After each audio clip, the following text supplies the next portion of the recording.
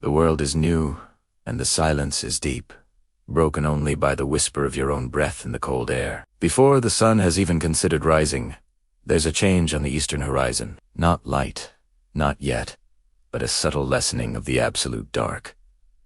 A deep indigo bruise that slowly softens to violet. This is the quiet before dawn. Here, in the shelter of a shallow overhang, the land breathes. A thin, ghostly mist rises from the damp earth, swirling around the ancient stones and the sleeping forms of our kin. It clings to the shaggy hides we use for warmth and gathers like dew on the unstrung boughs and flint-tipped spears that lie beside us.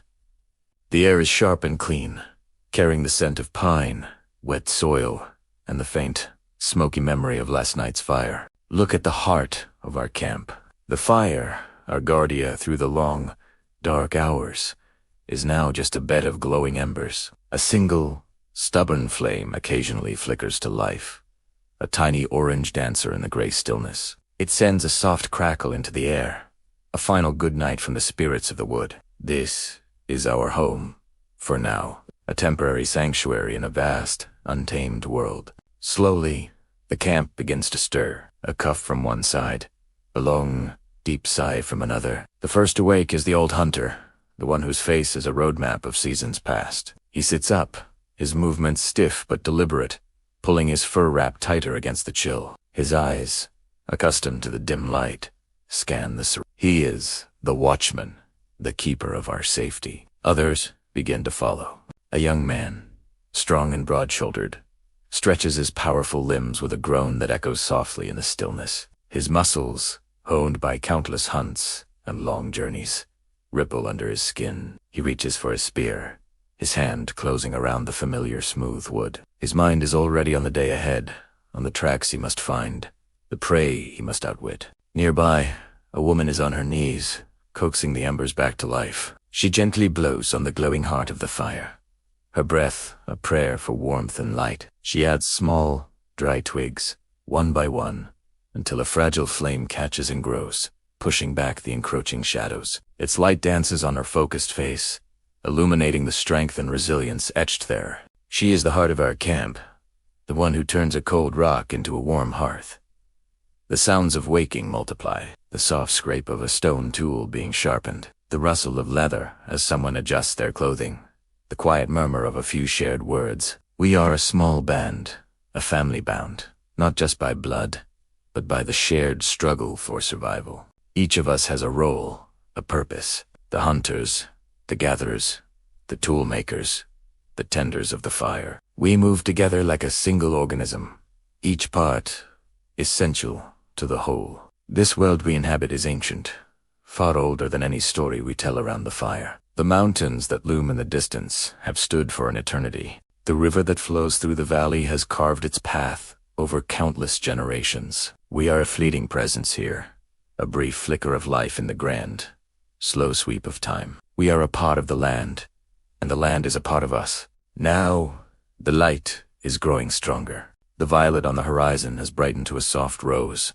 and the first rays of sunlight are beginning to touch the highest peaks, turning them to gold. The mist begins to burn away, revealing the world in all its raw, breathtaking beauty. The trees, ancient and gnarled, stand lit silent sentinels. The grasslands stretch out before us, a sea of waving green and gold, teeming with life. The young hunter stands and walks to the edge of the clearing, his spear resting on his shoulder. He gazes out at the landscape, his eyes sharp and alert. He sniffs the air, reading the subtle messages carried on the morning breeze. The scent of deer, the distant promise of water, the faint warning of a predator. His senses are his guide, his instinct his most trusted tool. The tasks of the day begin in earnest. Water skins are filled from a nearby spring. The remnants of last night's meal are shared.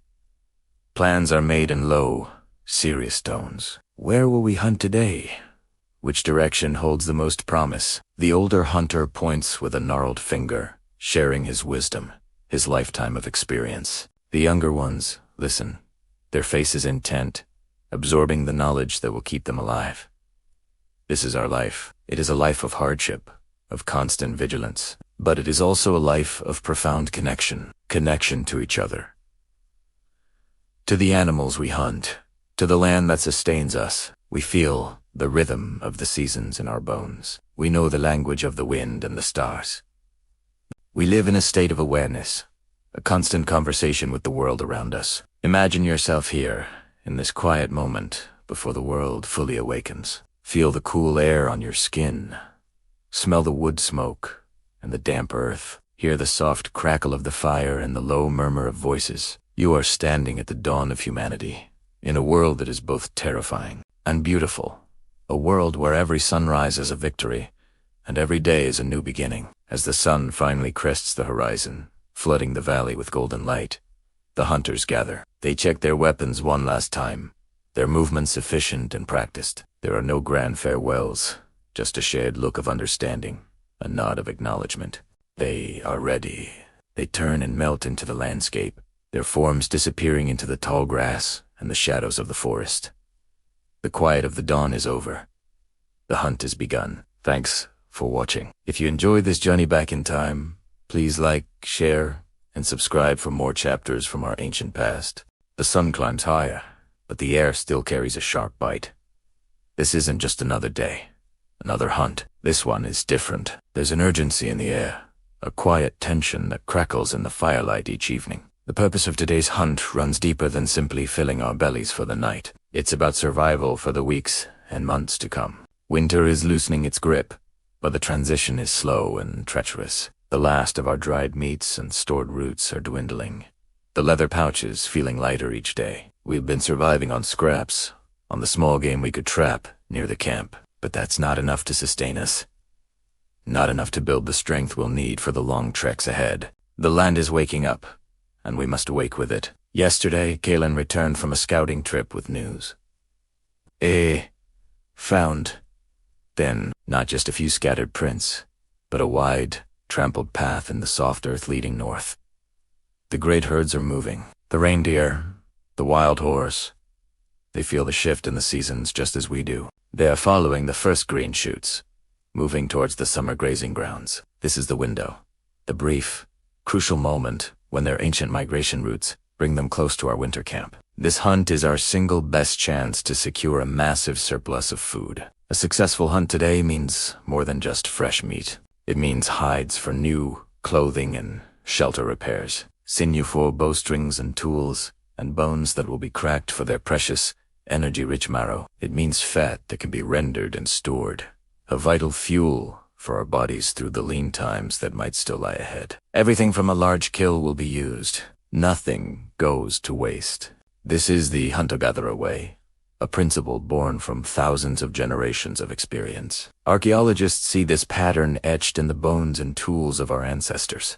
They find kill sites, places used year after year, where vast numbers of animals were hunted during these seasonal migrations. It wasn't random. It was a carefully planned, community-wide effort. These weren't just hunts. They were harvests, vital for the group's long-term security. Our situation mirrors what the archaeological record tells us. Our low food stores, the changing season, and the migrating herds. It's a classic, primal scenario. Look at the preparations. It's not just the hunters. Everyone has a role. The children are gathering firewood, more than usual, to fuel the fires for smoking and drying the meat. The elders are sharpening the flint blades, their experienced hands working with a practiced economy of motion. The women are preparing the carrying baskets and cleaning the storage pits, making sure everything is ready to process a large kill quickly. This is a communal effort, a society mobilizing for its most important economic activity of the year. The motivation is etched on every face. It's the memory of last winter's hunger, the gnawing emptiness in the stomach. It's the sight of the children, who need the protein and fat to grow strong. It's the deep, instinctual drive to provide, to secure the future for our kin, for our clan. This isn't about sport or glory. It's a sacred duty, a pact between our people and the land that sustains us. The tracks Kalen found show the herd is large, but they won't be in this area for long. They move with the rhythm of the earth, and we have to match that rhythm. If we miss this opportunity, the next one might not come for weeks. The smaller game will scatter as the larger predators follow the herds, and our position here would become untenable. We would be forced to move on, but with depleted energy and no guarantee of finding food elsewhere. So, As the hunters gather their spears and outlaws, a quiet determination settles over them. They've studied the wind, the terrain, the likely path the animals will take. They will use the landscape itself as a tool, perhaps driving the herd towards a cliff or into a narrow ravine where they will be at a disadvantage. This is a game of strategy, of knowledge passed down through countless generations. It's a deep understanding of animal behavior, a kind of conversation with the wild world. The pressure is immense. A failed hunt means hardship. It means more hunger, more uncertainty. It could mean the difference between thriving and barely surviving. But with this pressure comes incredible focus. Every sense is heightened. Every muscle is ready. The hunters are not just men with spears. They are the living embodiment of their people's will to live, to prosper, to see another season. This single day, this single hunt, will determine the story of the coming months. It will decide if our evenings are filled with the scent of roasting meat and the laughter of full-bellied children, or with the quiet anxiety of scarcity. That's why today matters. It's about securing life itself. Thanks for joining us on this deep dive into the prehistoric world. If you find this journey as fascinating as I do, make sure to like this video and subscribe for the next chapter. See you next time. The sun had barely kissed the horizon, its pale light filtering through the morning mist, but the camp was already stirring. This was the hour of the hunters, a time of quiet focus before the storm of the chase. One by one, they emerged from their shelters, drawn to the flickering heart of the main fire where tools and spirits were readied. First came Kale, his face a roadmap of countless seasons, each line a story of a hunt, won or a lesson learned hard. His movements were slow, deliberate, yet held a strength that defied his years. He was the elder, the keeper of lore, the one who could read the wind and the tracks like an open book. He didn't carry the heaviest spear anymore.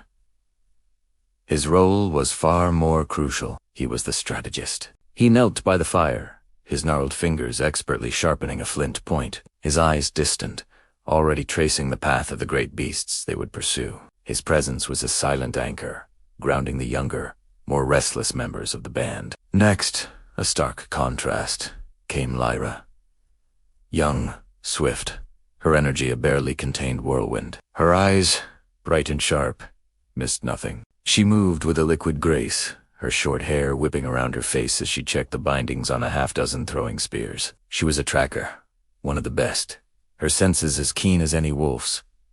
While Kale saw the grand picture, Lyra saw the details: a broken twig, a scuff in the dirt, the faintest scent on the breeze. She tested the weight of each spear, feeling its balance, her brow furrowed in concentration. For her, the hunt was a dance, a test of speed and perception, and she was always ready to lead the first step. Then came Burrow, a mountain of a man, his shoulders broad enough to carry the weight of their world. He was their strength, the raw power of the group. Aside, little communicating more with a nod or a grunt than with words. His task was simple and brutal: to be the immovable object, the final, decisive force. He hefted a massive club, its head a heavy, polished stone, and began to rhythmically swing it, warming the powerful muscles of his arms and back. There was no finesse in his preparation, only a quiet, focused ritual of building momentum. His calm was unnerving, the placid surface of a deep and dangerous river. From another direction, two younger figures, barely more than boys, approached the circle of firelight. They were Finn and Wren, apprentices to the hunt. Their excitement was palpable, a nervous energy that made them fidget and glance around. They weren't frontline hunters yet.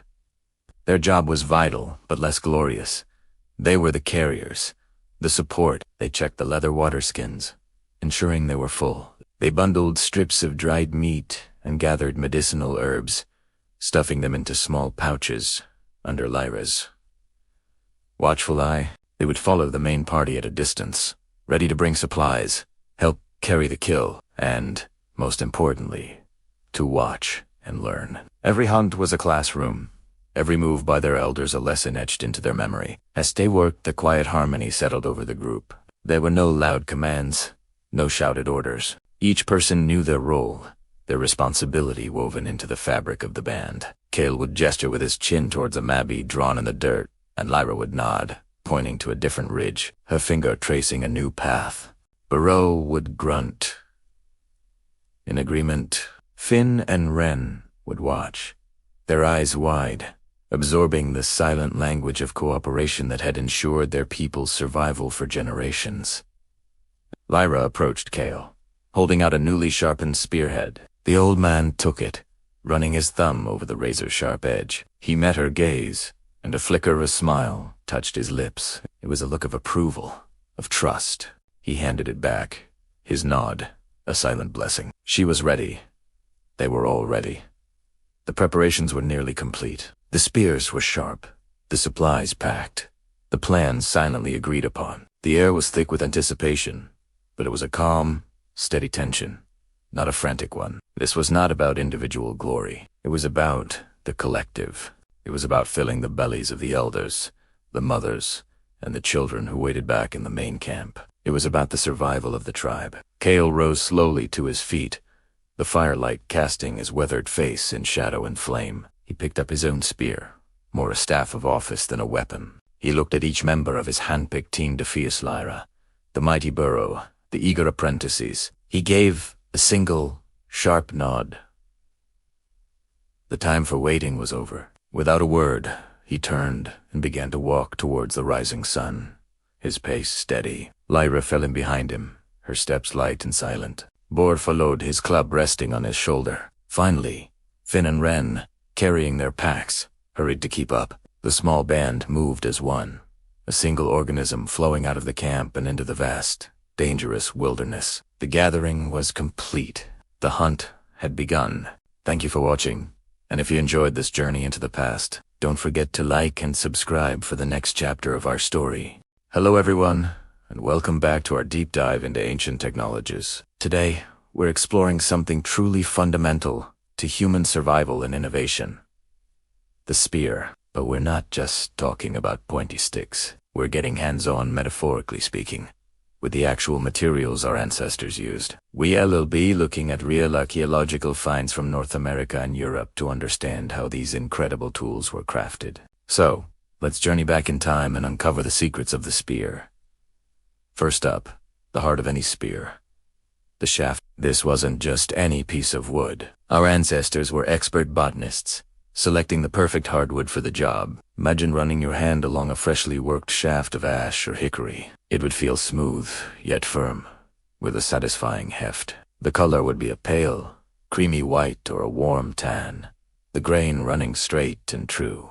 To preparate, they would painstakingly scrape away the bark with a stone scraper, then straighten the wood over a low fire. The heat and steam would make the wood pliable, allowing them to work out any bends until it was perfectly straight. You can almost smell the scent of scorched wood and sap, a fragrance of pure, focused craftsmanship. Finds like the Clacton spear from England, a massive yew spear tip, over 300,000 years old, show us this mastery of woodworking has incredibly deep roots. Now, let's talk about the business end. The spear point. For hundreds of thousands of years, stone was the material of choice. This is where you see some of the most beautiful and deadly artistry of the ancient world. The process, called flintknapping, is like a high-stakes conversation with the stone. The napper would strike a core of flint, chert, or obsidian with a hammer, feeling for the right angle, listening for the right sound. The flakes that came off would be sharp enough to slice through hide. A finished point, like the iconic Clovis points of North America, would feel cool and glassy to the touch. It might be a milky gray, a deep, volcanic black, or a beautiful banded brown. Its edges would be wickedly sharp, a testament to the maker's skill. Holding one, you can feel the incredible precision and power packed into such a small object. These aren't just rocks, they are masterpieces of physics and survival. So you have a shaft and a point. How do you join them together? This is where the unsung heroes of ancient technology come in.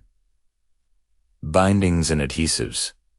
Let's start with the binding, which was often sinew. Sinew is the tough, fibrous tendon from an animal, usually from the back or legs of a deer or bison. When fresh, it's slick and rubbery, but our ancestors would dry it until it was stiff and almost translucent, looking like a piece of raw spaghetti. They'd then pound it to separate the fibers and soak them in water or even chew them to make them pliable. This wet sinew would be wrapped tightly around the spear point and shaft, As it dried, it would shrink with incredible force, clamping the point in place more securely than any modern rope.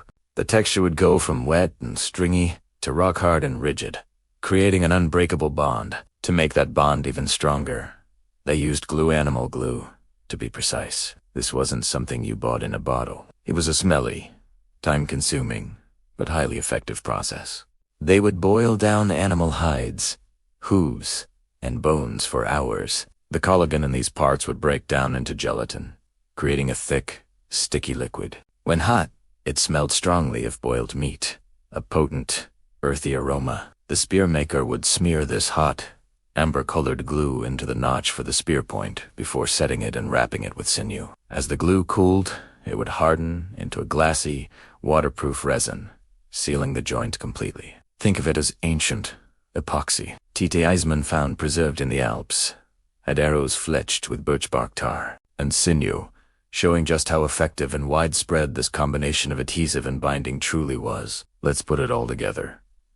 Imagine you're in a late Ice Age camp. The air is filled with the scent of wood smoke from the fire used to straighten a spear shaft. You hear the sharp crack of a flintknapper striking a stone, shaping a deadly point. Nearby, someone is scraping and preparing sinew, while a pot of glue simmers over a small fire, releasing its meaty fragrance. Each material has its own texture, its own smell, its own unique properties. The smooth, warm wood of the shaft, the cool, sharp glassiness of the flint point, the tough, fibrous sinew, and the sticky, potent glue that holds it all together. This wasn't just tool-making. It was a symphony of natural materials, each one understood and respected for its role. These aren't just theoretical reconstructions. Archaeologists find these components, or traces of them, all the time. In places like the Schieningen site in Germany, perfectly preserved wooden spears, over 300,000 years old, have been unearthed from a peat bog. They show us the incredible skill of early hominins in selecting and shaping wood. In North America, the cache of Clovis points found at the Anzac site in Montana gives us a breathtaking glimpse into the artistry of Paleo-Indian flint knappers. Sometimes, we get incredibly lucky. At the Sibidu cave in South Africa, researchers found traces of a complex adhesive on 70,000-year-old stone points, a recipe of plant gum and red ochre. This shows a deep knowledge of chemistry and material science. Each piece of the puzzle, the shaft, the point, the binding, the glue tells a story of ingenuity, resourcefulness, and a profound connection to the natural world. Our ancestors didn't just survive in their environment, they mastered it. They transformed wood, stone, and animal parts into elegant, efficient tools that allowed them to hunt, protect themselves, and thrive across the globe. Looking at these humble materials reminds us that the foundations of all our modern technology were laid tens of thousands of years ago, with a deep understanding of the world and a skilled pair of hands. So the next time you see a spear in a museum, look closer. Don't just see a weapon. See the carefully selected ash shaft, straightened with fire and patience. See the masterfully knapped flint point, each flake struck with purpose. Imagine the sinew binding, shrinking to create an unbreakable grip, and the pungent animal glue sealing the deal. You're looking at a masterpiece of ancient engineering, a perfect fusion of materials and knowledge passed down through generations. It's a powerful reminder of our shared human history of innovation. Thanks so much for joining me on this journey into the material world of our ancestors. I hope it gives you a new appreciation for the skill and intelligence of the people who came before us. If you enjoyed this video, please hit that like button and subscribe for more deep dives into ancient technologies. Let me know in the comments what ancient tool or technology you'd like us to explore next. See you in the next video. Setle na, and let the day's concerns drift away. Imagine a quiet clearing, bathed in the soft, flickering light of a central fire. The air is still, cool, and carries the faint scent of wood smoke and damp earth. Here, gathered in a loose circle, a small band of hunters sits in quiet communion. The day's hunt is done, the evening meal shared, and now is a time for preparation, a time for quiet craft. Listen closely. Can you hear it? That gentle, rhythmic scraping. It's the sound of stone on stone. Each hunter holds a partially formed spear point, a piece of flint or chert, its potential held within its rough form. In their other hand, they hold a smaller, harder stone, a grinding stone. its surface worn smooth from countless nights. Just like this one. The sound is a soft, abrasive whisper, a steady, repetitive cadence that seems to harmonize with the crackling of the fire and the distant chirping of crickets. She. With each pass, tiny grains of stone are worn away, a fine dust settling on the hunter's weathered hands. This is not a forceful act, but one of patience and precision. It is a meditation in motion, a conversation between the hand and the stone. The hunter's gaze is focused, his brow relaxed. He feels the texture of the spear point, searching for imperfections, for any roughness that might disrupt its flight. His thumb traces the edge, testing its sharpness, its readiness. The process is ancient, passed down through generations, each movement perfected over time. The sound of sharpening is the sound of survival, of providing, of a deep and abiding connection to the natural world. Let this sound be your anchor. It's a sound of purpose, of care, of slow and deliberate creation. Each stroke is a quiet promise of the day to come. Each scrape is a release of tension, both in the stone and in the body. The mind, which may have been racing with the day's events, begins to slow, matching its rhythm to the gentle, predictable motion of the hands. There is nothing else to do, nowhere else to be. Just here, in this peaceful moment, with the sound of sharpening. Focus on the detail of the work. One hunter holds his spear point up to the firelight, the orange glow catching the myriad of tiny facets on its surface. He is working on the edge, creating the sharp, serrated line that will make the tool effective. He uses a smaller, pointed piece of antler, pressing it against the very edge of the flint. This is pressure flaking. With a careful, controlled push, a tiny, crescent-shaped flake of stone pops off, leaving behind a razor-sharp divot. The sound is different now. It's a subtle click. A tiny, crisp snap. Click. Click. Click. He works his way down the edge, one flake at a time, rotating the stone in his palm. The process is meticulous, requiring immense control. One wrong move, too much pressure, and the point could shatter. Hours of work lost in an instant. But these hands are skilled, their movements economical and sure. The clicks are as rhythmic as a heartbeat, a quiet percussion in the night symphony. Another hunter is smoothing the base of his spear point, the part that will be hafted to a wooden shaft. He doesn't need a razor edge here. He needs a smooth, symmetrical surface for a secure fit. He rubs the base against a flat, sandy rock, moving it in a circular motion. The sound is a soft, gritty whisper, a continuous, even hiss. It's like the sound of a gentle tide washing over sand, pulling back and washing over again. Round and round, the stone whispers its story of being shaped, of finding its final form. There is a quiet camaraderie in this circle. Words are unnecessary. The shared task, the synchronized rhythm of their work, creates a bond. They understand each other through the language of their craft. They might occasionally glance at a neighbor's work, a silent nod of approval, a shared understanding of a particularly difficult piece of stone. The firelight dances on their focused faces, illuminating the deep concentration etched there. This is a ritual as old as the hills that surround them, a nightly practice that grounds them, connects them to their ancestors, and prepares them for the future. Let your own breathing fall into this rhythm. Inhale with the slow drag of the grinding stone. Exhale with the release of the fine, gray dust. Feel the muscles in your shoulders and neck begin to soften, letting go of any stored tension. Allow the repetitive sound to wash over you, clearing your mind of clutter. It's a simple sound, an honest sound. It speaks of patience and the beauty of gradual transformation. Imagine the feel of the stone in your own hand, the cool, solid weight of it, the rough texture slowly giving way to smoothness under your patient effort. You can feel the slight vibration as stone grinds against stone, a subtle hum that travels up your arm. The world outside this small circle of firelight fades into insignificance. All that exists is this simple, focused task. The gentle scrape and the soft click are the only sounds that matter. The process continues, perhaps for hours, until each point is perfect. The edges are now keen enough to slice through the air with a whistle. The surfaces are smooth, the forms balanced and aerodynamic, The final step is a gentle polish, using a piece of worn leather. A soft, buffing sound now, the quietest of all. It's a sound of completion, of finishing, the final touch that readies the tool for its purpose. The hunters lay their finished work on a soft hide, a row of dark, gleaming points. They are objects of deadly beauty, a testament to the skill and patience of their makers. The sound of sharpening fades, replaced by the gentle crackle of the fire and the vast silence of the night. A sense of peace and accomplishment settles over the camp.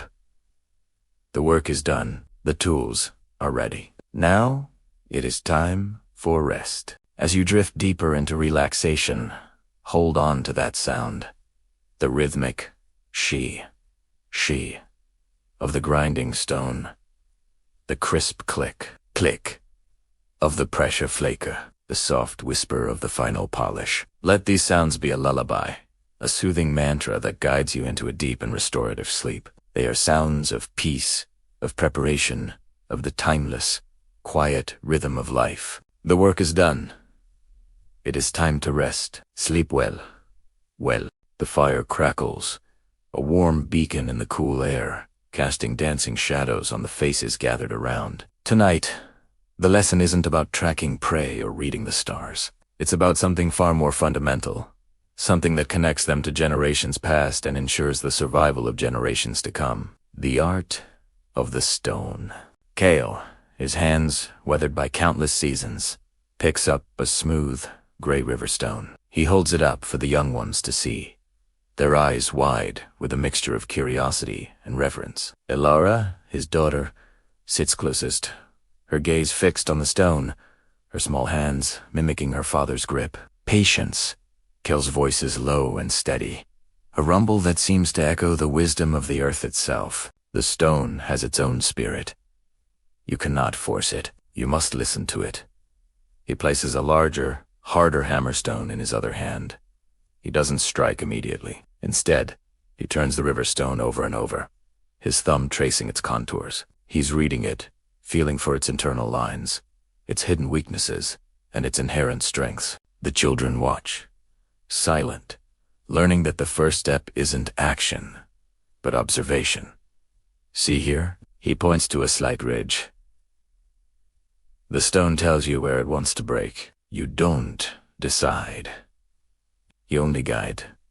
His first strike is not a powerful blow, but a sharp, precise tap. A small flake of stone chips away, falling to the ground. It's not a dramatic moment, but it's a perfect one. The break is clean, just as he intended. A murmur of appreciation ripples through the young observers. Next to him, a young boy named Rorik tries to imitate the move. He grips his own stone, his brow furrowed in concentration, and brings his hammerstone down with too much force. A dull thud echoes, and a jagged crack splinters across the surface of his river stone, ruining it. His shoulders slump in frustration. No, Rorik, Kale says gently, not with criticism, but with encouragement. He places a hand on the boy's shoulder. You fought the stone. You tried to command it. Remember, it is a partnership. Let me show you. He takes the boy's hands in his own, positioning them correctly on a new stone. Feel the weight, he says. Don't grip so tightly. Let the tool do the work. Your hand is just the guide. It's like a dance, not a battle. He guides Rorik's arm through the motion, a fluid, arcing swing that ends with a crisp tap. A perfect flake falls away. Rorik's eyes light up with understanding. He tries again on his own, his movement less forceful, more controlled. Another clean flake. A grin spreads across his face. This is how knowledge is passed, not through commands, but through shared experience. It's in the feel of the stone, the rhythm of the strike, the patient guidance of a mentor's hand. It's a language spoken without words, a bond forged in the simple act of creation. Lyra, another elder, known for her delicate work on smaller, sharper tools, joins the circle. She picks up one of Kale's larger flakes. Her tools are different. Piece of antler, its tip worn smooth. Once the rough shape is made, she explains, her voice softer than Kale's, but just as commanding. the work becomes finer. This is where you give the stone its true edge, its purpose. She demonstrates pressure flaking, pressing the antler tip against the edge of the stone flake with controlled force. Tiny, almost invisible slivers of stone pop off, sharpening the edge with incredible precision. It's a skill that requires immense focus and a delicate touch. Your breath is important, Lyra tells them. Hold it as you press. Let it out slowly. Feel the pressure build and then release. If you rush, the edge will crumble. Elara watches, mesmerized. She has seen her mother do this 1,000 times, but never with such focused attention. She sees the slight tremor in her mother's hand, not from weakness, but from an intense concentration of power. She understands that this isn't just about making a tool. It's about channeling one's own energy and intent into an object. The children take their own flakes and antler tips. The air fills with the soft, popping sounds of pressure flaking, punctuated by the occasional sigh of frustration when an edge crumbles. But no one gives up. Kayla and Lyra move among them, offering a quiet word here, adjusting a grip there. They are not just teaching a skill. They are teaching a philosophy. They are teaching patience in a world that demands quick reactions. They are teaching respect for materials, for the gifts of the land. They are teaching the value of community, of learning from one another, and of the long, unbroken chain of knowledge that links them all together. As the moon climbs higher, the pile of discarded, broken stones grows, but so does the pile of successful, sharp-edged tools. Each one a small victory, each one a testament to the lesson learned. The young hunters hold up their creations, their faces glowing with pride in the firelight. They are not just holding sharpened stones. They are holding the future in their hands, shaped by the wisdom of the past. Thank you for watching. If you enjoyed this journey into the past, please like this video and subscribe to the channel for more stories from our shared history. Your support helps us continue to bring these ancient worlds to life. See you next time. Have you ever wondered how our ancient ancestors, without rulers, levels, or digital scales, managed to create tools so perfectly balanced and effective they could bring down a mammoth? It wasn't magic, and it wasn't luck. It was a profound, deeply ingrained form of wisdom, the wisdom of observation. Let's travel back in time and step into the world of an ancient hunter, not just to see what they did, but to understand how they thought and perceived the world. Imagine a small, firelit clearing. A hunter sits, not with a blueprint, but with a collection of wooden shafts and sharpened stone points. This is where the real work begins, a process of intense focus and sensory engagement. He picks up a spear shaft. He doesn't just look at it, he communes with it. His calloused fingers, sensitive from years of this work, slide down its entire length. He's not just feeling for splinters. He's searching for the almost imperceptible, a slight bend, a subtle warp in the wood, a knot that could create a weak point. Any imperfection, no matter how small, could mean the difference between a successful hunt and a disastrous failure. A spear that shatters on impact or veers off course isn't just an inconvenience. It could mean starvation or injury. After checking the shaft's integrity, he moves on to its balance. He rests the spear on his open palm, gently rocking it back and forth, finding its center of gravity. He'll do this again and again, maybe even closing his eyes to heighten his sense of touch. He's feeling for the sweet spot, that perfect point of equilibrium. Is the weight distributed evenly? Does it feel front-heavy, which might help with penetration? Or is it too light at the tip, causing it to wobble in flight? This isn't a science of numbers. It's a science of feel. His body, his arm, his entire being is the measuring instrument. The muscle memory from thousands of previous throws tells him what feels right. It's an intuitive physics, learned through generations of trial and error. Next, he holds the spear up, squinting one eye and sighting down the shaft like a master carpenter checking a plank of wood. His gaze is sharp, trained to detect the slightest deviation from a perfectly straight line. He rotates it slowly, watching how the light plays along its surface. A straight shaft flies true.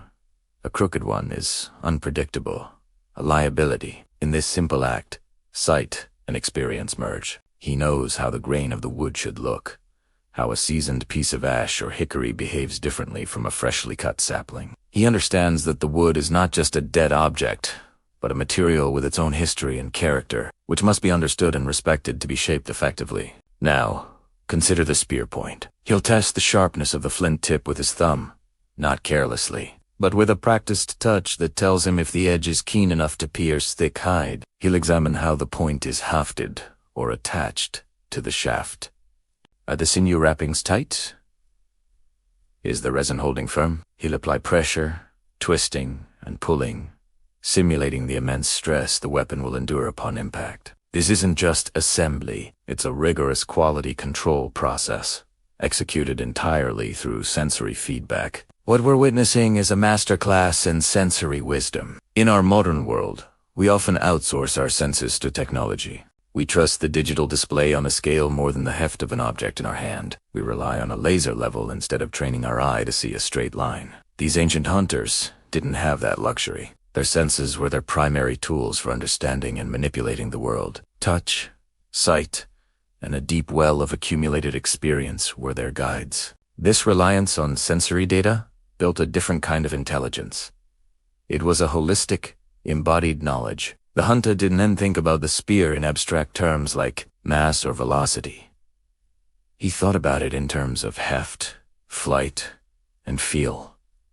He knew, from the way it settled in his hand, how it would arc through the air. He knew, from the sound the wood made when tapped, whether it was strong and whole. This knowledge wasn't written in books. It was written in the hands, eyes, and muscles of the people who depended on it. This process was repeated for every single tool. Every arrowhead, every knife, every scraper went through a similar, intimate examination. It was a dialogue between the maker and the material. The craftsman would listen to what the stone and wood were telling him, responding with skillful adjustments. This deep observational skill wasn't limited to tool making. It was the same skill that allowed them to read animal tracks in the dirt, to predict the weather by the look of the sky, and to know which plants were edible and which were poison. Observation was the cornerstone of their survival. It was a state of constant, mindful awareness. They lived in a world where you had to notice everything: the subtle change in the wind, the distant call of a bird, the way a branch was broken. Survival depended not on memorizing facts, but on the ability to perceive, interpret, and act on the information the world was constantly providing. So, when we look at an ancient spear in a museum, we're not just looking at a primitive weapon. We are looking at the culmination of thousands of hours of observation. We're seeing a physical manifestation of sensory wisdom. It is a testament to a time when the human body was the most advanced measurement device available, and the mind's ability to process the information from our senses was the key to thriving in a challenging world. It reminds us that long before we had written language or complex mathematics, we had the profound and powerful ability to simply pay attention. And in that attention, we found everything we needed to build our world. Thank you so much for joining me on this journey back in time. If you found this fascinating, please hit that like button, subscribe for more explorations into our ancient past, and share your thoughts in the comments below. See you next time. Welcome back to our journey into the deep past. Today, we're diving into Chapter 8, The Great Hunt, and we'll be tracking the magnificent animals that roamed these ancient lands. Imagine a world teeming with life, a world that our ancestors knew intimately. Let's step into their shoes and learn to read the signs of the wild. The landscape wasn't just scenery. It was a living, breathing map of opportunity and survival. The stars of this show were the great herds. Depending on the exact time and place, we could be talking about vast herds of bison, their shaggy coats thick against the wind, or graceful elk, their powerful antlers branching towards the sky. In the colder northern climes, we'd find resilient caribou, their hooves perfectly adapted for snow and tundra. And if we travel far enough back into the Ice Age, we might even glimpse the colossal figure of a woolly mammoth, its long, curved tusks a sight to behold. These weren't just random animals wandering about. They were creatures of habit, driven by the rhythm of the seasons. Their lives were a continuous cycle of movement, a grand migration etched into the very fabric of the land. When the first green shoots of spring appeared, the herds would begin to stir. They'd move from their sheltered wintering grounds, where they had foraged on whatever they could find, towards the lush, new pastures of the lowlands and river valleys. This was a time of renewal, a time when the herds would swell with newborn calves, fawns, and foals. For prehistoric people, this was a critical signal. The return of the herds meant the return of abundance. As summer reached its peak, the animals would follow the green up, moving to higher elevations where the grazing was still fresh and the air was cooler. They'd feast on the bounty of summer, building up the fat reserves they would need for the coming winter. The hunters would be watching. They weren't just passive observers. They were expert naturalists. They knew which plants the animals preferred, where the best watering holes were, and which passages the herds would use to navigate the rugged terrain. Every track in the mud, every broken twig, every tuft of fur caught on a branch was a piece of a puzzle, telling a story of where the animals were and where they were going. This knowledge was passed down through generations. Elders would teach the young how to read the land. They'd point out the subtle changes in the wind that might carry their scent to the herd. They'd explain how the behavior of birds could signal the presence of a large predator or a nearby herd. This was a holistic understanding of the ecosystem, where every element was connected. They knew that the bison favored the open grasslands, while elk preferred the cover of forests and meadows. They understood that caribou would travel immense distances, following ancient, invisible pathways across the tundra. Then came autumn, the season of change. The air would grow crisp, and the leaves would turn to gold and crimson. This was the signal for the great herds to begin their journey back to their wintering grounds. It was also the prime hunting season. The animals were at their fattest and healthiest after a summer of grazing, providing the maximum amount of resources. The hunters knew the migration routes like the back of their hand. They knew the bottlenecks to narrow valleys, river crossings, and mountain passes where the herds would be concentrated and more vulnerable. This wasn't a chase. It was a carefully planned interception. The hunters would position themselves along these routes, using their deep knowledge of the landscape to their advantage. They might build drive lanes, lines of stone cairns, or brush to funnel the animals towards a cliff, a bog, or a waiting ambush. These structures, some of which we can still find today, are a testament to their incredible foresight and planning. The hunt was a communal effort, requiring coordination, communication, and a shared understanding of the goal. Success meant more than just food. It meant hides for clothing and shelter, bone for tools, and sinew for thread. It meant survival through the long, harsh winter. And what about the winter? During the coldest months, the herds would gather in sheltered areas, conserving energy and pawing through the snow for dried grasses and lichen. The hunter strategies would change. Instead of targeting entire herds, they might focus on smaller groups or isolated individuals. They used the snow to their advantage, tracking animals more easily and using snowshoes to move across the deep drifts. Winter hunting was challenging, but it was often necessary to supplement the food stores that were gathered during the autumn hunt. This intimate relationship with the animal world was the cornerstone of prehistoric life. The hunters weren't just taking from the land. They were part of it. They respected the animals they hunted, often incorporating them into their art and rituals, as we see in the stunning cave paintings left behind.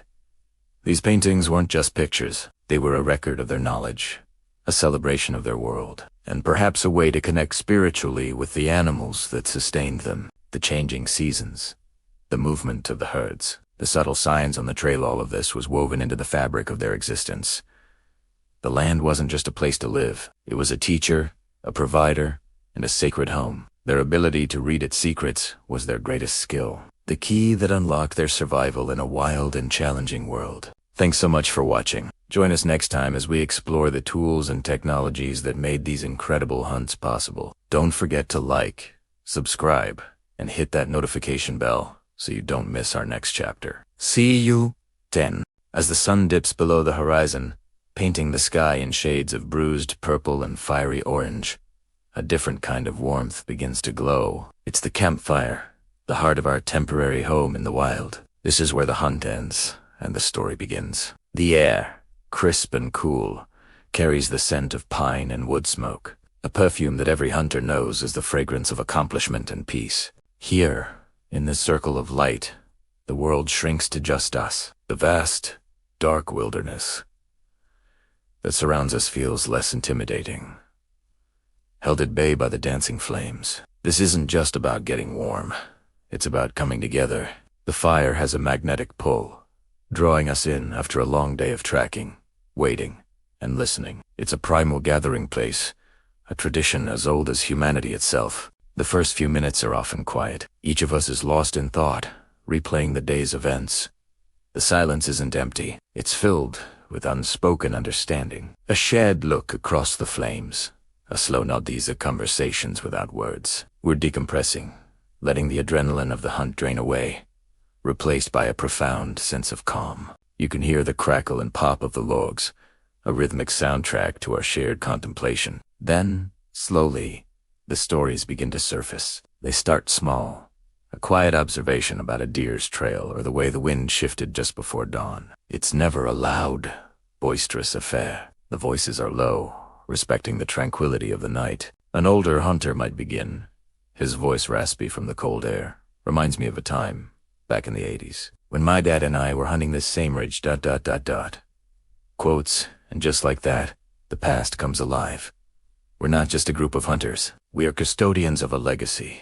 Memories are passed down like heirlooms, tales of hunts from decades ago, of legendary bucks that got away, and of those special moments that were never about the kill. It's about the lessons learned, the hardships endured, and the simple beauty of being out here.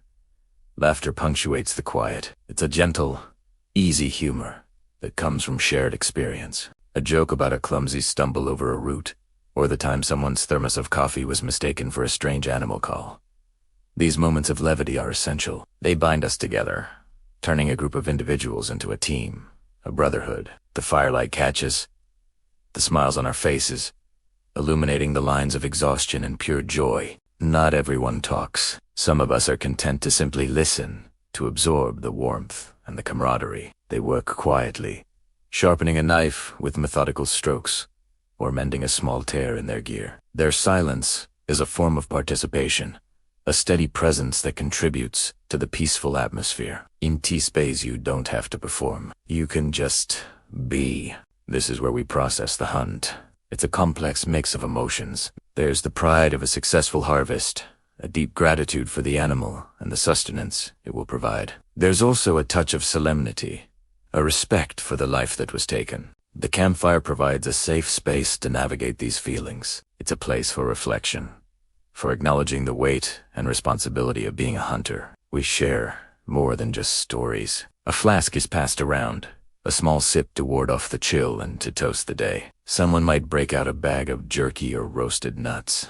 This simple act of sharing food, of providing for one another, reinforces our bond. It's a small-scale version of what the hunt is all about, providing for the community, for the family. As the flames die down to glowing embers, the stories and laughter fade with them. A comfortable quiet settles over us once again. We gaze into the coals, watching the last of the embers pulse with a deep orange light. The stars above are impossibly bright, a brilliant canopy undimmed by city lights. In this moment, you feel a connection to something much larger than yourself, to nature, to history, to the generations of hunters who have sat around fires just like this one. This social atmosphere is the soul of the hunt. It is the part that stays with you long after the meat is in the freezer and the gear is put away. It's the warmth of the fire, yes, but it's more than that. It's the human connection, the shared respect, and the quiet understanding that we are all part of something ancient and meaningful. This is why we come back,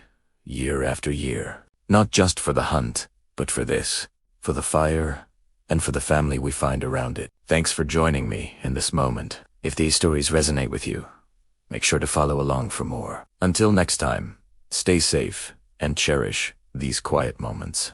Hello, and welcome back to our journey into the past. Today, we're exploring Chapter 10, Repairing Old Spears. It's a common misconception to think of ancient arsenals as filled only with brand new, gleaming weapons. The reality is far more practical and, I think, much more interesting. Not every spear was forged fresh for a new hunt or battle. Many were old friends, companions that had seen years of service, their stories etched into their very wood and stone. In a world where every resource was precious, nothing was wasted. This is a core principle of ancient life that we often forget in our modern disposable culture.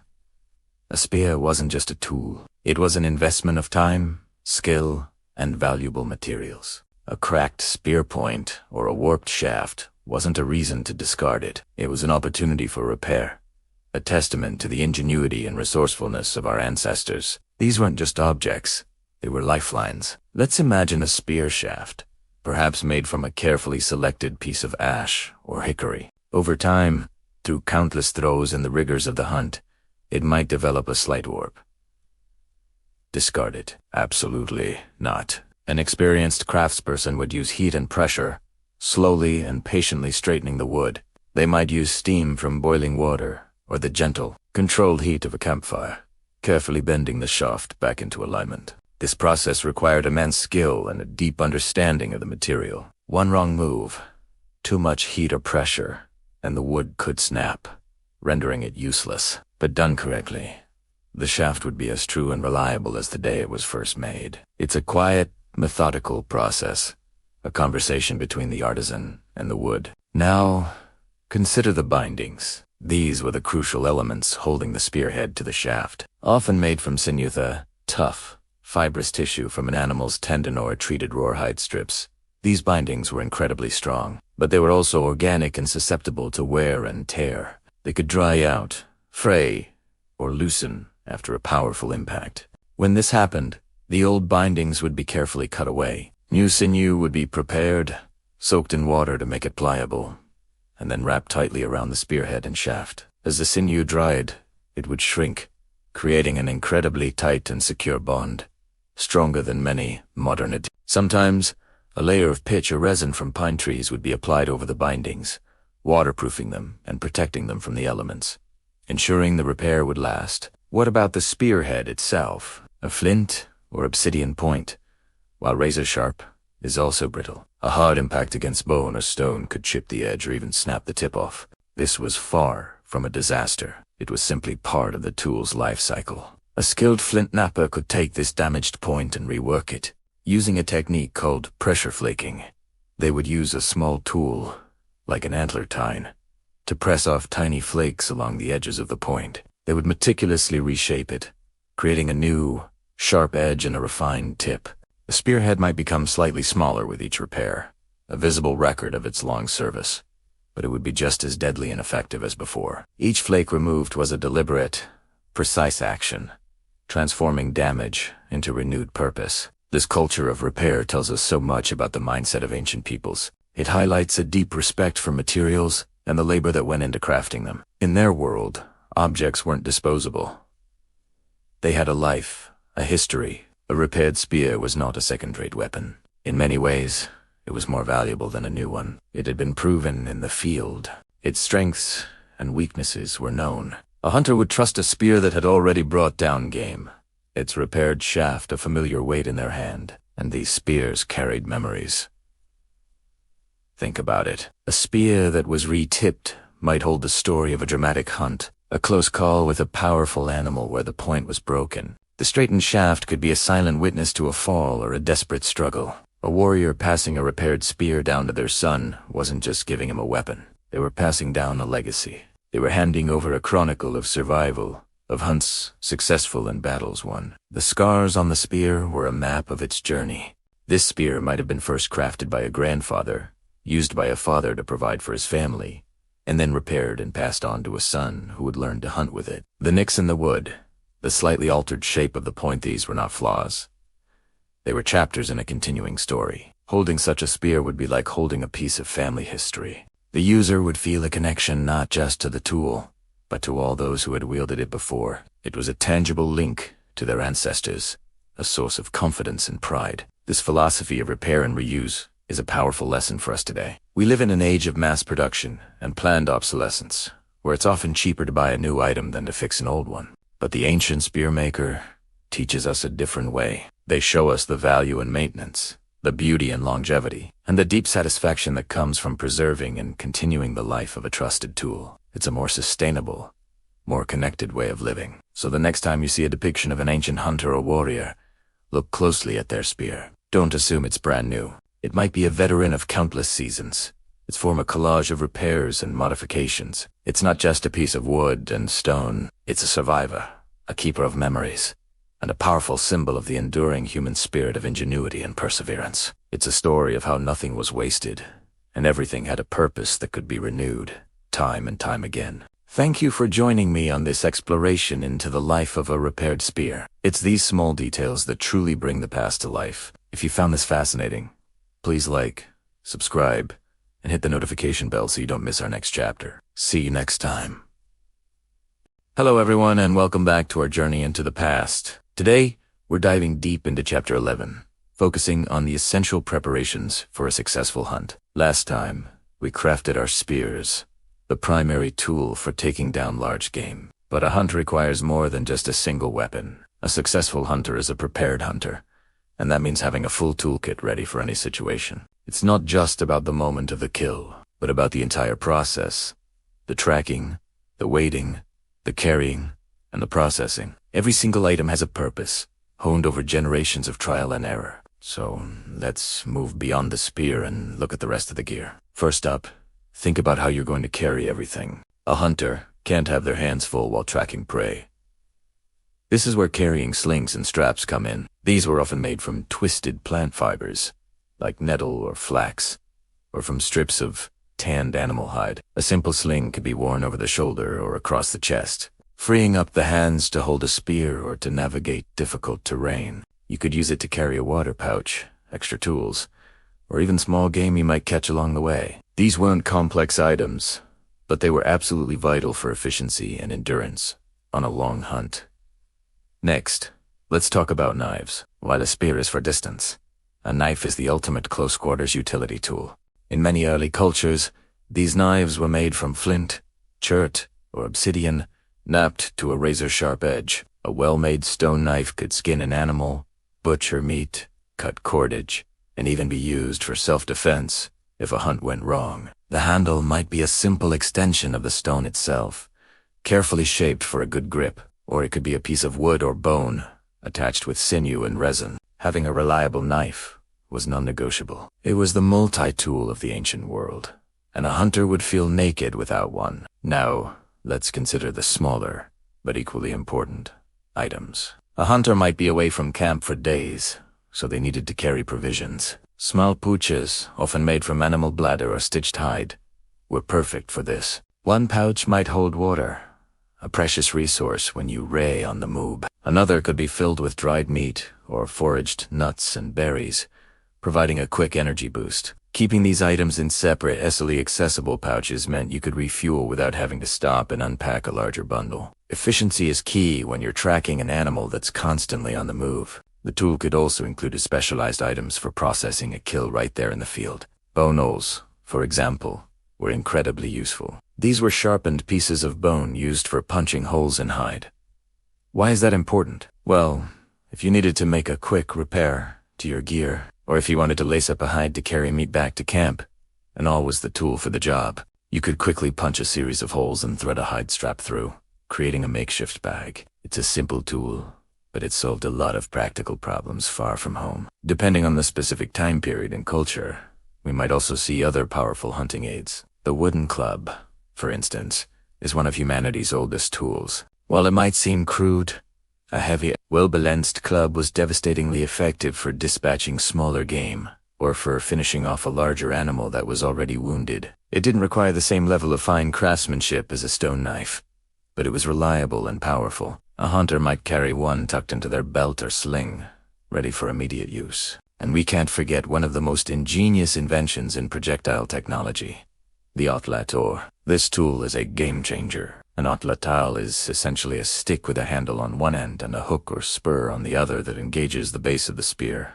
or dart. By using the atlatl, a hunter could dramatically increase the range and velocity of their throw. It acts as an extension of the arm, a lever that imparts far more force than a simple hand throw ever could. This meant hunters could engage dangerous prey from a safer distance, increasing their chances of success while reducing their risk of injury. The atlatl represents a massive leap in hunting technology, a true testament to the ingenuity of our ancestors. So, let's put it all together. Imagine our hunter, ready to set out at dawn. They have their primary spear in hand, sharp and ready. Across their chest is a hide strap, holding a flint knife, a bone awl, and a small pouch of dried meat. Another pouch, maybe a watertight bladder, is slung over their shoulder. Tucked into their belt is a heavy wooden club, and in their other hand, they carry their atlatl and a bundle of lightweight darts.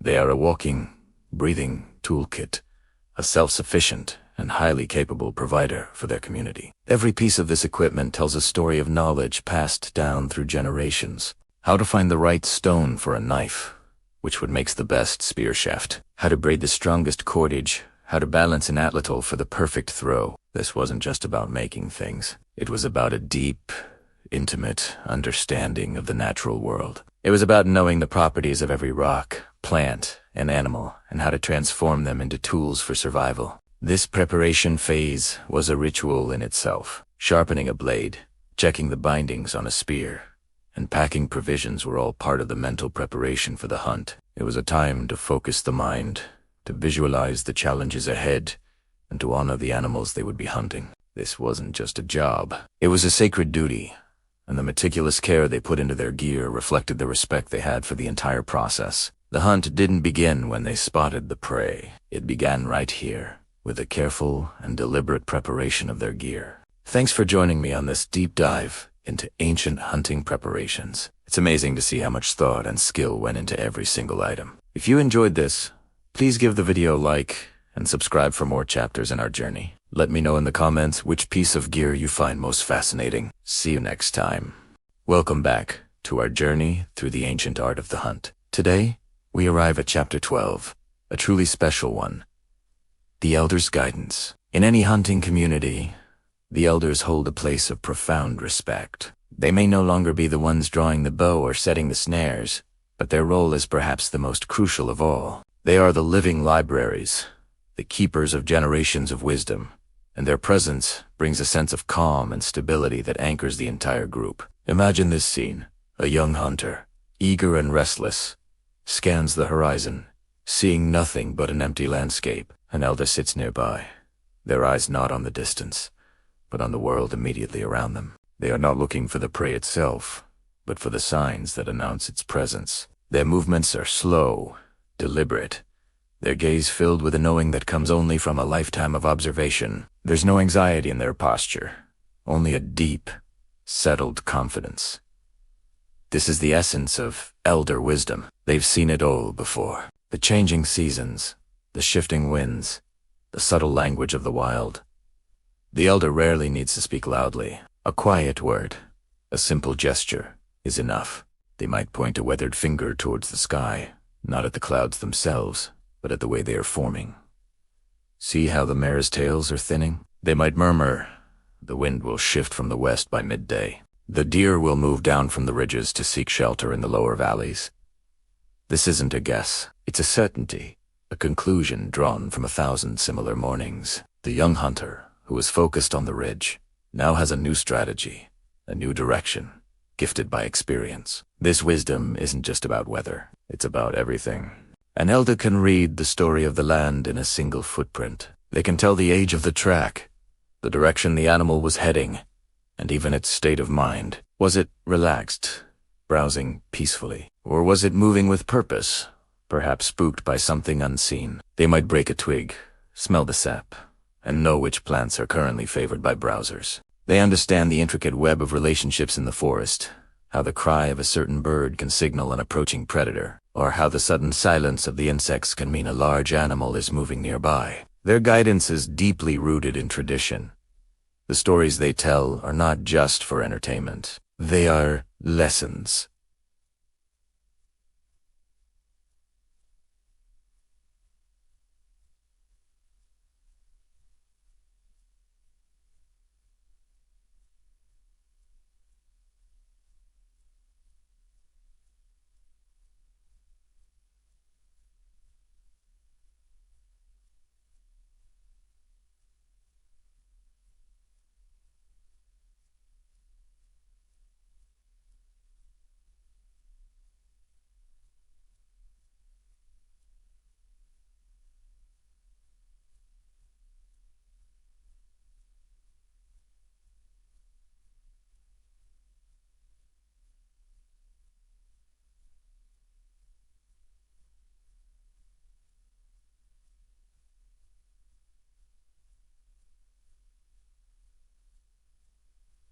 A tale about a great hunt from their youth isn't just a boast. It's a detailed account of a specific strategy, a reminder of the importance of patience, or a cautionary tale about the dangers of arrogance. These stories connect the present generation to all the generations that came before. They instill a sense of continuity, a feeling of being part of something much larger than oneself. When an elder speaks, their voice carries the weight of history, adding a gravity and seriousness to the preparations for the hunt. Think of the elder's role as a compass. The younger hunters have the strength, the stamina, the sharp eyes. They are the engine, but the elder provides the direction. They prevent wasted effort. They guide the group away from danger, and they ensure that the hunt is conducted with respect and efficiency. They might observe the way a younger hunter holds their bow, and with a small correction to their posture, dramatically improve their accuracy. They might notice a subtle change in the scent on the breeze and advise the group to change their approach to avoid being detected. This is a form of mentorship that is becoming rare in our modern world. It's a slow, patient transfer of knowledge, passed down not through books, but through shared experience. The elder doesn't give commands, they offer insights. They teach you how to see, not just what to look at. They encourage you to feel the rhythm of the natural world, to become a part of it, rather than just an intruder. Their presence is a constant reminder that hunting is not just a sport or a means to an end. It is a craft, an art, and a profound connection to the cycles of life and death. The young hunter who listens learns more than just how to find an animal. They learn humility. They learn to respect the incredible complexity of the ecosystem. They learn to value the wisdom that comes with age and experience. The elder's calm demeanor in the face of uncertainty is a powerful lesson in itself. While others might grow frustrated or discouraged, the elder remains a steady, reassuring presence. They know that nature has its own time, and that patience is the hunter's greatest virtue. So, when we speak of the elder's guidance, we're talking about something far deeper than just a few handy tips. We're talking about the soul of the hunt. It's the repository of knowledge, the moral compass, and the spiritual anchor of the community. Their weathered hands may no longer pull the string, but they point the way. Their quiet voice may not carry far, but its echoes resonate through generations. They are the silent guardians of the tradition, ensuring that the ancient wisdom is never lost. Their greatest legacy is not the game they brought home in their youth, but the skilled, respectful, and wise hunters they cultivate in their old age. Thank you for joining me on this exploration of the elder's guidance. It is a powerful reminder of the value of experience and the importance of listening to those who have walked the path before us. If you found this chapter meaningful, please like this video, subscribe for more content, and share your own stories of mentorship in the comments below. We'll see you next time. Welcome back to our journey into the past. Today, we're diving deep into Chapter 3, focusing on a part of the story often left in the shadows, the lives of women and their crucial role within the home camp. It's easy to picture prehistoric life as just a series of dramatic hunts, but the reality was far more complex, and survival depended on everyone. Let us step away from the image of the lone male hunter and look at the bustling heart of the community. The camp itself. This was the hub, the center of life, and it was primarily the domain of women. But what did their daily lives actually look like? It wasn't a passive existence of just waiting. It was a life of constant, skilled, and essential work. The foundation of the community's well-being rested on their shoulders. One of the most vital tasks was food preparation. The success of a hunt meant nothing if the meat wasn't processed, preserved, and cooked. This was a complex job. It involved skinning animals, butchering the meat into usable portions, and finding ways to make it last. Smoking and drying meat were sophisticated techniques that required deep knowledge of fire management and preservation. This wasn't just cooking dinner. It was ensuring the group had a stable food supply to survive lean times. Beyond the meat brought back by hunters, women were the primary gatherers. This is a role that's often underestimated, but it was the bedrock of the prehistoric diet. Women had an encyclopedic knowledge of the local environment. They knew which plants were edible, which were medicinal, and which were poisonous. They could identify roots, tubers, berries, nuts, and seeds, and they knew the right season to harvest each one. This gathered food often provided the most consistent and reliable source of calories for the group. It was the daily bread that sustained everyone, whether the hunt was successful or not. Then there was the immense responsibility of childcare. In a world without modern medicine or safety features, keeping children safe and healthy was a full-time job. Women were the primary caregivers, teaching the next generation the skills they would need to survive. This wasn't just about feeding and watching them. It was about education. They taught children which plants to avoid, how to find water, how to behave within the group, and the beginnings of tool use. They were the first teachers, passing down generations of accumulated wisdom. This cultural transmission was just as important as any hunting technique. The work didn't stop there. Women were also skilled craftspeople. They were responsible for processing animal hides to make clothing, blankets, and materials for shelters. This was a laborious multi-step process involving scraping, treating, and softening the skins. A poorly made piece of clothing could be a death sentence in a harsh winter. They were the ones who repaired torn garments, ensuring everyone stayed warm and protected from the elements. Their crafting skills extended to tools as well. While men might have focused on crafting projectile points for spears, women often made the tools needed for their own work. This included scrapers for hides, grinding stones for processing grains and nuts, needles made from bone for sewing, and baskets for gathering. They might even contribute to the men's hunting gear, perhaps by helping to straighten and polish spear shafts or preparing the sinew used to bind spear points. It was a collaborative effort, so when we picture a hunting party of men heading out, we need to remember what they were leaving behind and what they were coming back to. They weren't heading out from an empty camp. They were leaving a fully functioning, productive, and essential home base managed by skilled and knowledgeable women. The hunt was just one part of a much larger, interconnected system of survival. The food brought back by hunters was added to the food already gathered by women. The tools used on the hunt might have been repaired or finished by female hands. This perspective isn't about diminishing the role of the male hunters. Their work was dangerous and vital. Instead, it's about creating a more complete and accurate picture. It's about recognizing that the entire community contributed to survival. The camp wasn't a place of passive waiting. It was a dynamic center of production, innovation, and care. The skills of gathering, food preservation, crafting, and childcare were just as critical to the group's success as the ability to track and hunt a large animal. By looking at the home camp through this lens, we see a community where roles were specialized, but also interdependent. Everyone had a part to play, and each part was essential. The women of the camp were not just supporting characters in the story of human evolution. They were central figures, the anchors of their communities, whose daily efforts ensured the survival and continuation of their people. They were the keepers of the flame, the guardians of the home, and the vital, beating heart of prehistoric life. It's a story of partnership, not hierarchy, where the combined efforts of all members, men and women, created a resilient and successful whole. Thanks so much for joining me on this exploration. It's so important to look at the past from all angles to get the full story. If you found this interesting, please like, share, and subscribe for more chapters in our journey. See you next time. Welcome back to our journey into the deep past. Today, we're diving into Chapter 14, Reading the Landscape. Imagine standing not in a city, not on a paved road, but in a world untouched by modern hands. What you see isn't just scenery. It's a map, a pantry, and a survival guide all in one. For our Stone Age ancestors, the ability to read the landscape was the single most critical skill for survival. Let's start with the rolling grasslands, a sea of green and gold stretching to the horizon. To us, it might look empty, but to a hunter's eye, it's a book filled with stories. Every dip and rise in the terrain is significant. A low ridge isn't just a bump, it's a vantage point.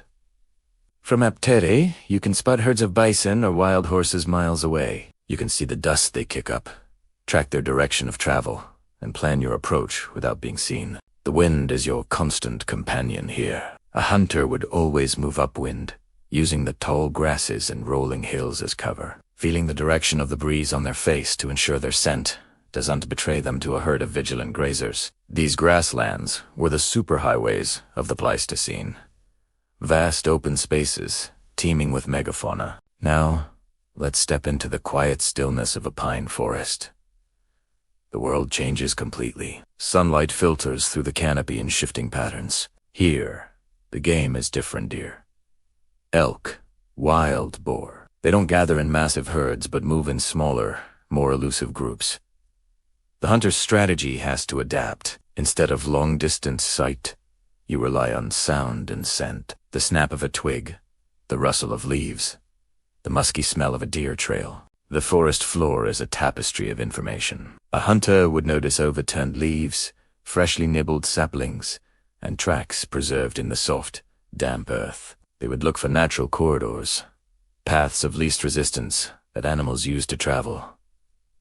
These are the ancient highways of the forest. Features like windbreak stems, thickets of trees, or fallen logs are crucial. They not only offer a place to hide and ambush prey, but they also reveal where animals might shelter from the elements. Every fallen tree and every stream bank is a potential opportunity or a hazard. From the cool shade of the forest, let's journey into the stark, sun-baked expanse of a desert plain. Here, survival is about efficiency and a deep understanding of scarcity. The landscape seems barren, but it's full of life if you know where to look.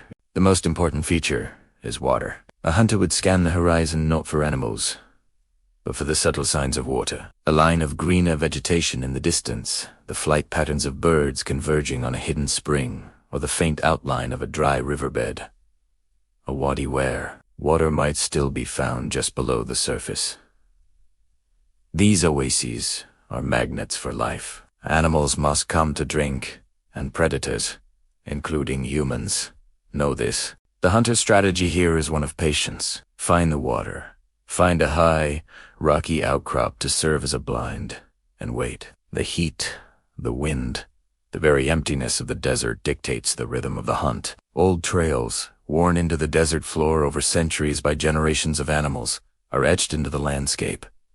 Following these is not just a guess. It's following a proven path to life-sustaining resources. Next, we travel to the far north, to the immense, frozen world of the tundra. A vast, treeless plain where the ground is permanently frozen just below the surface. Here, the landscape is defined by permafrost, ice, and a sky that feels overwhelmingly huge. For the mammoth hunters of the Ice Age, Tiswasom, reading this landscape meant understanding the seasonal movements of massive herds of mammoth, reindeer, and woolly rhinos. The terrain is subtle but meaningful. Slight rises in the ground.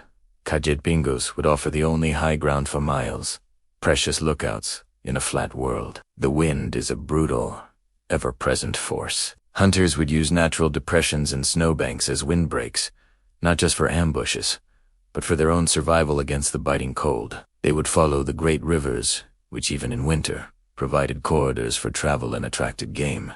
The river valleys offered shelter from the wind and were often slightly warmer than the exposed plains. In summer, the tundra would explode with life.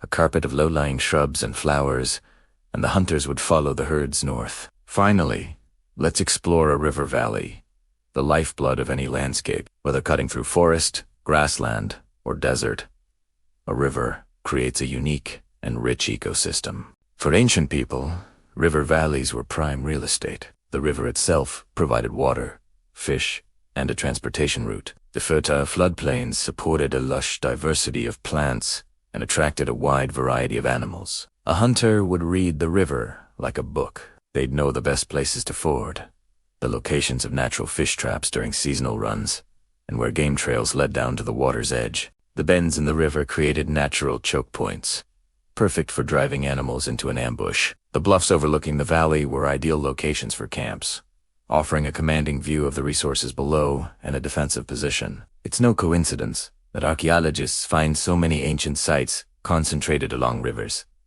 They were, and still are, corridors of life. How do we know all this? This isn't just speculation. It's rooted in science. Paleoenvironmental reconstruction uses clues left in the earth to rebuild these lost worlds. By studying ancient pollen trapped in lake sediments, we can tell whether an area was forest or grassland. The bones of tiny animals, like voles and shrews, are excellent indicators of past climate. Some species thrive in cold, dry conditions, others in warm, wet ones. By analyzing soil layers, we can map the courses of ancient rivers. And archaeology provides the human element. We find stone tools and animal bones clustered in specific locations that make perfect sense from a hunter's perspective. On hilltops overlooking plains, at narrow points, in valleys, and near ancient springs. The patterns of these sites show us that our ancestors weren't just wandering aimlessly. They were expert geographers, ecologists, and strategists. They possessed an intimate knowledge of their environment that we can only begin to imagine. Their survival depended on reading the subtle language of the earth, a skill honed over countless generations. When we look at a map of archaeological sites, we are, in a very real sense, looking at a map of their thoughts, their strategies, and their deep connection to the land. Thank you for joining me on this exploration of ancient landscapes. It's a powerful reminder that for most of human history, we were not separate from nature, but an integral part of it. If you enjoyed this journey, please like, subscribe, and hit the bell icon so you don't miss our next chapter. See you next time. Before the chase, before the arrow is nocked or the spear is thrown, there is a different kind of preparation. It's not about sharpening blades or packing supplies. It's about sharpening the mind. Welcome to the heart of the hunt, the silent, internal journey that every true hunter undertakes before even taking the first step out the door. Today, we're exploring the ancient art of mental preparation, a practice as old as hunting itself. Think back to our ancestors. For them, a hunt wasn't a sport, it was a matter of survival. Success meant their family would eat. Failure meant they might not. The stakes were incredibly high, and this demanded more than just physical skill. It required a state of complete mental focus, a deep, unwavering calm that could sustain them through hours, sometimes days, of tracking and waiting. This wasn't a state they could just switch on. It had to be cultivated. This mental preparation is a form of meditation. It begins with the breath. Find a quiet place, away from the noise of the modern world. Close your eyes. Inhale deeply, slowly, filling your lungs completely.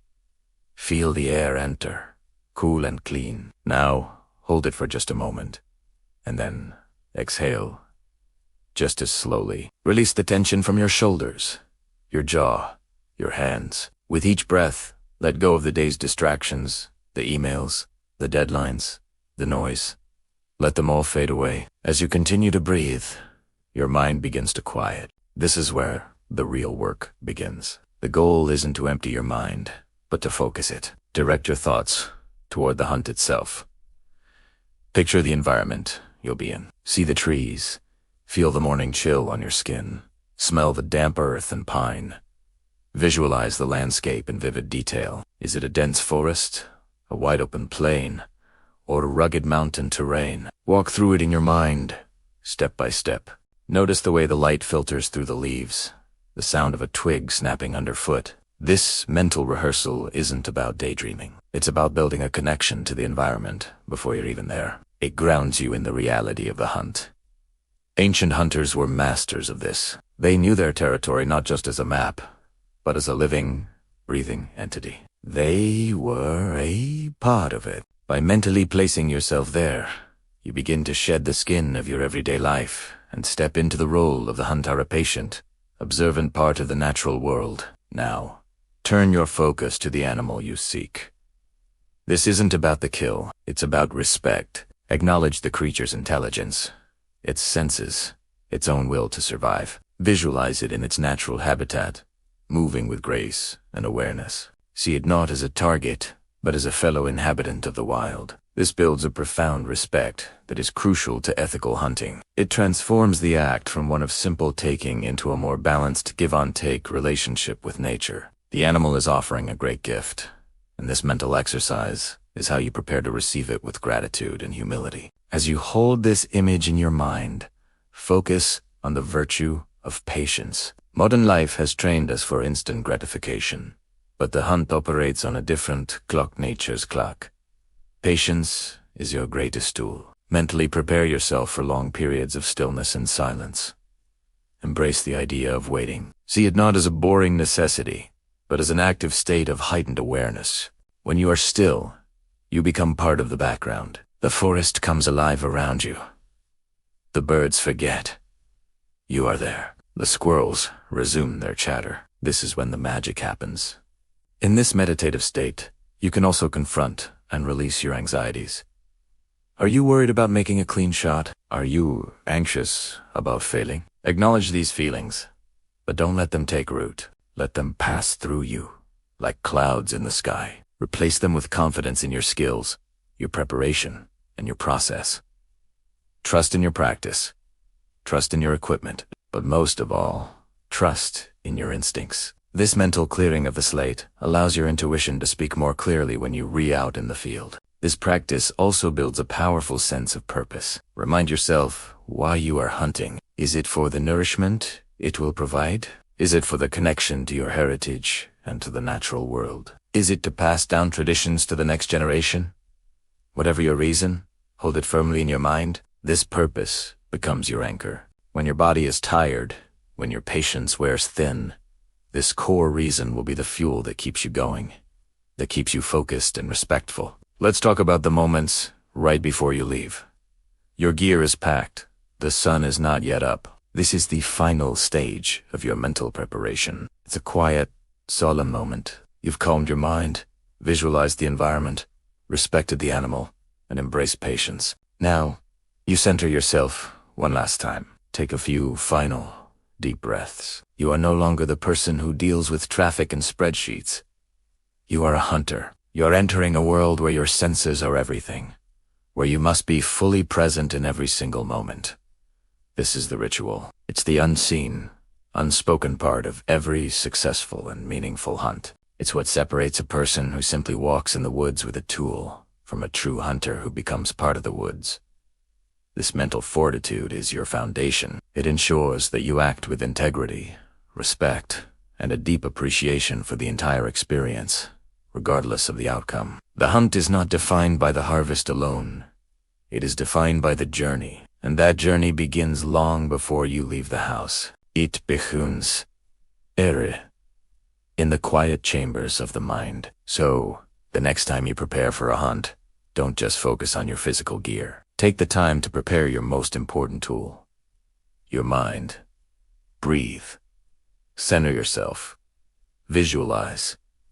Cultivate patience and respect. Step into the wild not just with your body, but with your whole being. You'll find that it not only makes you a better hunter, but it also deepens your connection to the natural world in ways you never thought possible. Thank you for joining me on this exploration of the hunter's mindset. If this resonated with you, I'd love to hear about your own pre-hunt rituals in the comments. Don't forget to like and subscribe for more chapters on the art of the hunt. Until next time, stay focused and hunt with purpose. Welcome back to our journey into the deep past. Today, we're exploring Chapter 16. Rituals and Beliefs. How did our ancient ancestors perceive the world around them, especially the animals they hunted and the natural forces that govern their lives? Let's delve into the fascinating world of their spiritual lives, pieced together from the clues they left behind. Imagine a world without written language, where knowledge, traditions, and beliefs were passed down through stories, actions, and ceremonies. For many early human groups, life was an intricate dance with nature. The animals they hunted weren't just a source of food. They were powerful beings, integral parts of their cosmos. Archaeological evidence, from cave paintings to carefully buried remains, suggests a deep, respectful relationship between humans and the animal world. This wasn't just about survival. It was about a spiritual connection. Consider the act of hunting. It was a life and struggle, filled with danger and uncertainty. It's only natural that our ancestors would develop rituals to navigate this process. Before a hunt, group might gather. Perhaps a shaman or an elder would lead a ceremony, painting images of the desired prey on a cave wall. These weren't just artistic expressions. They were likely ritual acts, meant to ensure success, to connect with the spirit of the animal, and to mentally prepare the hunters for the challenges ahead. Think of the famous paintings in caves like Lascaux or Chauvet. Archaeologists now believe many of these sites were sacred spaces, ancient cathedrals where rituals were performed to influence the outcome of the hunt and to honor the powerful beasts depicted on the walls. These rituals weren't about commanding nature, but about negotiating with it. It was a request for permission, a plea for success from the animal spirits. The hunters might perform a symbolic dance, mimicking the movements of their prey, or chant songs passed down through generations. These actions forged a powerful sense of unity and shared purpose within the group. Everyone had a role.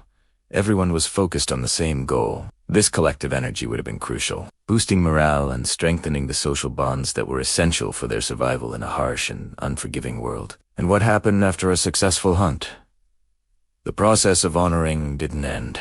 We find evidence of this in how animals were treated after they were killed. In some archaeological sites, we discover animal bones, like bear skulls, arranged in specific, non-random patterns. This suggests they weren't just discarded. They were placed with intention, perhaps as an offering of thanks to the spirit of the slain animal. A gesture of gratitude was a way to maintain balance. You take a life to sustain your own, and in return, you offer respect and thanks, ensuring that the spirits of the forest or the plains will continue to provide in the future. This might take the form of a quiet prayer, a shared moment of silence, or a symbolic action. Perhaps the most valuable parts of the animal, like the heart or liver, were offered back to the earth or to a fire. Or maybe a special portion was consumed in a communal feast that was as much a spiritual event as a nutritional one. These acts reinforced a worldview where humans were not masters of nature, but a part of it. They fostered a sense of humility and gratitude, a constant reminder that their existence depended on the generosity of the world around them.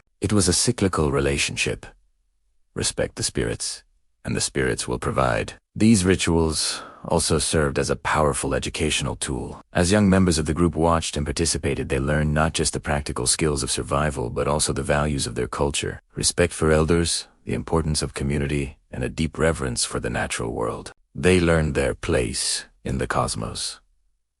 The stories told around the fire, the symbols painted on rock walls, and the ceremonies performed before and after the hunt were the textbooks of the ancient world. They encoded generations of knowledge and wisdom, ensuring the group's cultural and physical survival. The evidence for these beliefs is often subtle: a carefully buried tool alongside a skeleton, a pattern of ochre on a bone, or the specific placement of a cave painting. But when we piece these clues together, a picture emerges of a rich and complex spiritual life. Our ancestors sought to understand their world and their place within it.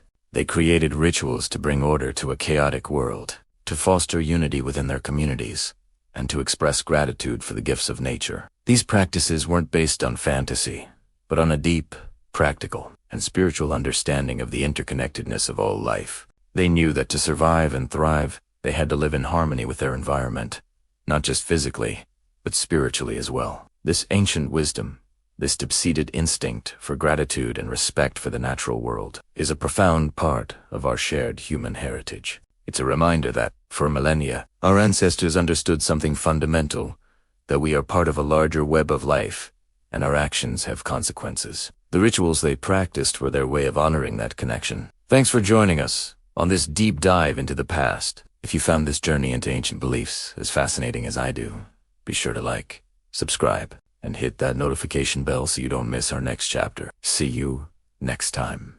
Welcome back to our journey through the ancient wilderness. Let's settle in as we join the hunters in Chapter 17.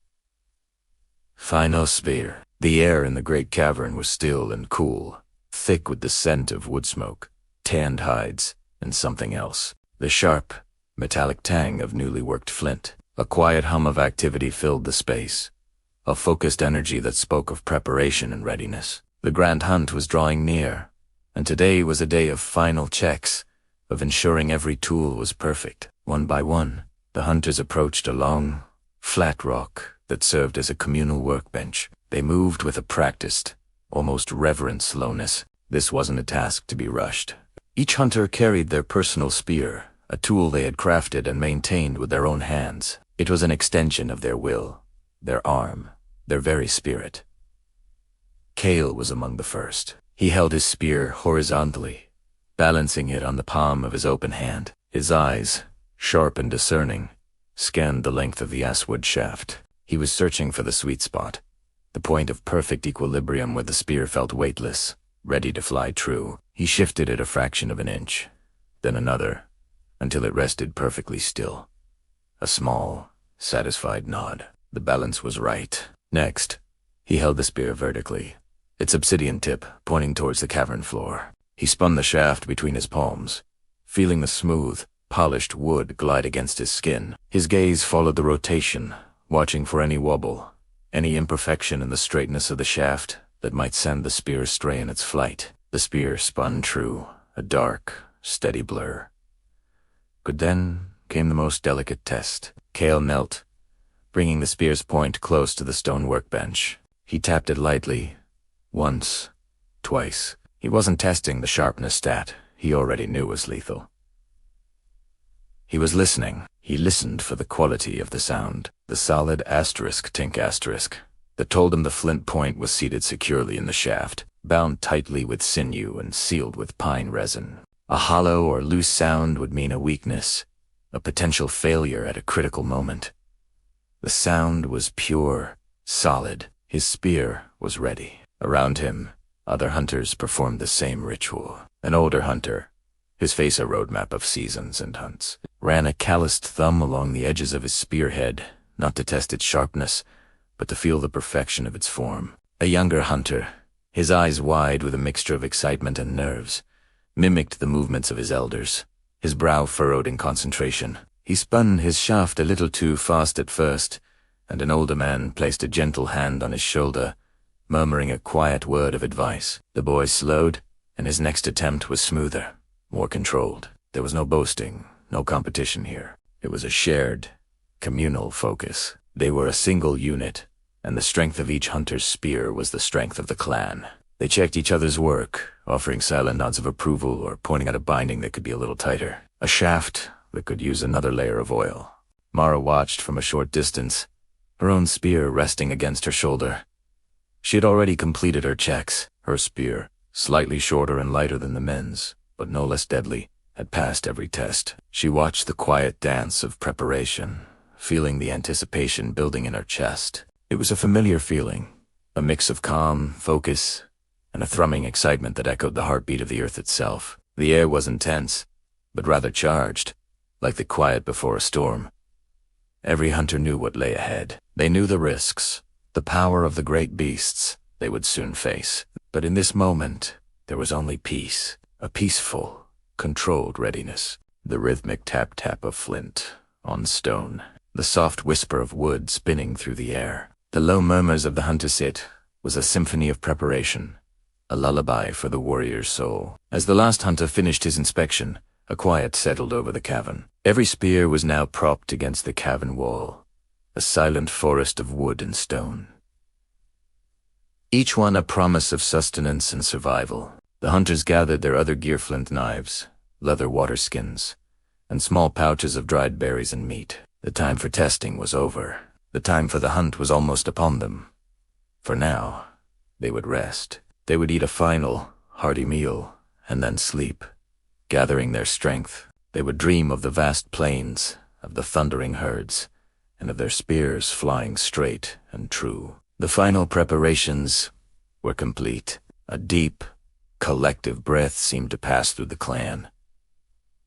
They were ready. All that was left was to wait for the first light of dawn. Thank you for joining this chapter. I hope it brings you peace and deep rest. Follow for more of our story, and until next time, sleep well. The fire, once a roaring heart of warmth and light, has dwindled to a bed of sullen, glowing embers. A faint wisp of smoke, pale gray against the pre-dawn indigo, is the last breath of the night's comfort. One by one, figures stir from their sleep, wrapped in blankets and cloaks, their own breath pluming white in the frigid air. There's a shared, unspoken understanding. No words are needed. The time for rest is over. The sounds of departure begin to replace the quiet symphony of the sleeping wilderness. The soft rustle of bedrolls being cinched tight, the metallic clink of a canteen being clipped to a belt, the low thud of a heavy pack settling onto shoulders. Each sound is crisp and distinct in the stillness. A leather strap is pulled taut. It's grown a small complaint against the cold. A whetstone whispers against a blade. A final preparation, a ritual of readiness. These aren't the sounds of a bustling marketplace. They are the deliberate, focused noises of people who know their survival depends on every detail. As the last member of the group stands, a hush falls. It's a silence heavier than the one they woke from. This is the silence of departure. The final moment of stillness before they step out from the small circle of relative safety they carved out for a single night. They look at the dying fire, a silent farewell to its fleeting warmth. They glance at one another, eyes conveying messages of resolve and mutual reliance. The world beyond their small clearing is vast, indifferent, and waiting. The first step is taken. A boot comes down on the ground, and the frost-covered grass cracks with a sound like shattering glass. Another step and another. And the sound repeats, a brittle, rhythmic crunching that announces their passage to the silent woods. The air they breathe is sharp, so cold it feels like a physical presence in their lungs. A stark contrast to the memory of the fire's gentle heat. The warmth of their bodies, carefully preserved through the night, now feels like a precious, finite resource being stolen by the morning chill. They move in single file, a dark line of figures against the slowly lightening horizon. The camp, with its circle of trampled earth and the ghost of a fire, shrinks behind them. It was a temporary home, an island of humanity in a sea of wildness. Now, it's just a memory. Ahead, the trees stand like ancient, silent sentinels, their bare branches clawing at the pale sky. The path is not a path at all, but a suggestion, a route they must forge for themselves through tangled undergrowth and uneven terrain. The contrast is profound. Just moments ago, they were gathered, sharing stories, warmth, and a sense of community around the dancing flames. The light played on their faces, softening their features, making the world seem smaller, more manageable. Now, their faces are set, hardened by the cold and the uncertainty of the day ahead. The vast, open wilderness stretches before them in every direction. There are no walls, no shelter, just the endless expanse of forest and sky. The immersive atmosphere deepens not with loud drama, but with this quiet, deliberate transition from a pocket of warmth to the full, uncompromising embrace of the wild. The sun has not yet crested the mountains, but its imminent arrival paints the eastern sky in shades of pale rose and muted gold. This new light doesn't bring warmth, not yet. Instead, it illuminates the world in stark detail. Every rock, every twisted root, every patch of frozen ground is thrown into sharp relief. It's a beautiful, but unforgiving landscape. There is no room for error, no place to hide from the elements. Their footsteps are the only consistent sound, a steady, marching beat that seems to measure out their progress against the immense scale of the world around them. Crunch, crunch, crunch. It's the sound of determination. It's the sound of leaving comfort behind. The familiar sense of wood smoke and roasted food are gone, replaced by the clean, sharp smell of pine needles, damp earth, and melting frost. It's the scent of the journey, the smell of the unknown. They move with an economy of motion born from experience. No wasted energy, no unnecessary chatter. Communication is reduced to hand signals, a pointed finger, a raised hand to signal a halt. Their focus is absolute, their senses heightened. Every snapped twig could be a threat, every shadow could hide danger. The psychological shift is as significant as the physical one. In camp, they were a group of individuals. Out here, they are a single organism, moving with one purpose, one will, to survive. The warmth they carry is no longer from the fire, but from within. It's the heat of their own bodies, the warmth of their shared resolve. The circle of light has been replaced by an invisible bond that connects them, a lifeline in the cold, indifferent wilderness. They are no longer just leaving a campsite. They are stepping fully into the story, into the heart of the adventure. The comfort is gone, but in its place, something more vital has taken root. The journey itself, the day is young, and the path ahead is long. And so they walk on, their footsteps a quiet testament to their courage, fading into the great, silent expanse. Thanks for watching, and if you enjoyed this journey, be sure to follow for the next chapter. The dawn breaks, not with a sudden crash of light, but with a gentle sigh. A slow exhale of silver and gray that seeps into the eastern sky. Our journey begins here, in Tiskiat liminal space, between night and day. We are hunters, yes, But today, the hunt is not for prey, but for a connection, for the rhythm of the world as it awakens. We move us one, a single line of figures against the vast, sleeping landscape, following paths that our feet know by heart. These are not just trails. They are stories etched into the earth by generations before us. Each twist, each dip in the terrain, is a familiar verse in a song we've always known. The air is cool and clean, carrying the scent of damp earth, of pine needles, and the promise of the day to come. Our boots make a soft, rhythmic crunch on the gravel and fallen leaves, a steady percussion to the symphony of the awakening forest. It's a sound that grounds us, that ties us to this moment, to this path. There's a certain magic in this pre-dawn light. The world feels new, untouched. The trees, ancient and silent, stand like sentinels.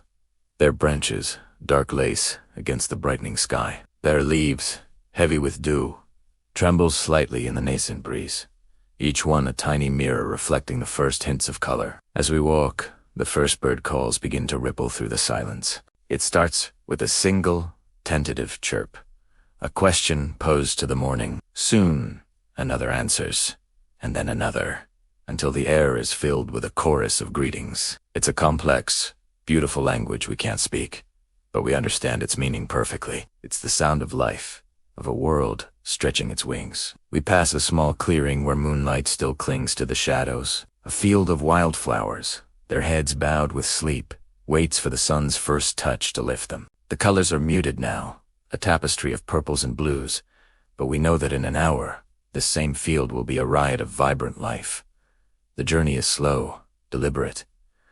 There is no rush. To hurry through this would be to miss the point entirely. We pause often, not out of weariness, but out of reverence. We listen, we watch, we breathe it all in. The wind whispers through the high branches of the pines, a sound like the ocean, a constant, soothing rush that speaks of timeless things. It moves through the tall grasses, making them sway and dance in unison, a river of green flowing across the meadow. It's a living, breathing entity, this wind, carrying with it the scents and sounds of the wider world. We cross a small, chuckling stream. The water is so clear you can count every pebble on its bed. We stoop to dip our hands in the cold, a sharp, invigorating shock that travels up the arms, waking every nerve. A small fish startled by our presence darts away, a flash of silver disappearing into the darker pools. This is the pulse of the land, this flowing water, and for a moment we feel its steady beat within ourselves. Our path takes us higher now, winding up the side of a gentle slope. Wheat, hutch step. The view behind us expands. The valley we just crossed unfolds like a map, a mosaic of forest, field, and river, all bathed in the soft, growing light. The mists that have been settled in the low places begin to stir, rising like steam from a giant cauldron, swirling and thinning as the air warms. From this vantage point, we are no longer just walking through the landscape. We are a part of it, small figures moving within a masterpiece. The world feels immense, and we feel our place in it, humble yet significant. We are observers, participants, inheritors of this beauty. The silence between us is comfortable, filled not with emptiness, but with shared experience. There's no need for words. A nod, a pointed finger, a shared glance is enough to communicate the awe we feel. A distant call echoes through the valley. It's the cry of a hawk, sharp and clear, circling high above on the morning thermals. We watch it for a moment, a speck of wild freedom against the vast canvas of the sky. It is a reminder that we are visitors here, that this land is home to countless other lives, each with its own story, its own path. We are just passing through, privileged to witness a small piece of their world. The path levels out, and we enter a stand of ancient birch trees. Their white bark seems to glow in the morning light, peeling away in thin, papery scrolls that litter the forest floor. The sunlight, now stronger, filters through their leaves, creating a dappled, shifting pattern on the ground. It's like walking through a cathedral of light, a sacred space where everything is quiet and still. The air here is different, sweeter, with the faint, earthy scent of the birch bark. We feel a sense of peace settle over us, a deep, quiet joy that comes from being completely present in a beautiful place. This is what we came for. Not just the destination, the hunting grounds, but this journey, this slow, dreamlike passage through a world waking up. The hunters continue, their pace steady, their minds clear. The distractions of the modern world have fallen away, replaced by the simple, profound realities of the trail. The feel of the sun on your skin, the sound of the wind in the trees, the sight of a deer track in the soft mud by the stream. These are the things that matter now. The world is reduced, and in that reduction, it is magnified. Every detail becomes significant. Every sound has a meaning. We have become more attuned, our senses sharpened by the quiet and the focus. We notice the small things, the intricate web of a spider, glistening with dew, the vibrant red of a mushroom pushing up through the leaf litter, the subtle change in the air that signals our approach to higher ground. The journey is a meditation, a walking prayer. Each step is a word, each breath a phrase. We are writing our own story onto this ancient path, just as others did before us. We are becoming part of the landscape, our movements harmonizing with the natural rhythms around us. The sun is higher now, and the world is fully awake. The colors are bright and saturated, the shadows sharp and defined. The dreamlike quality of the dawn has given way to the clear, crisp reality of the day. And still, we walk.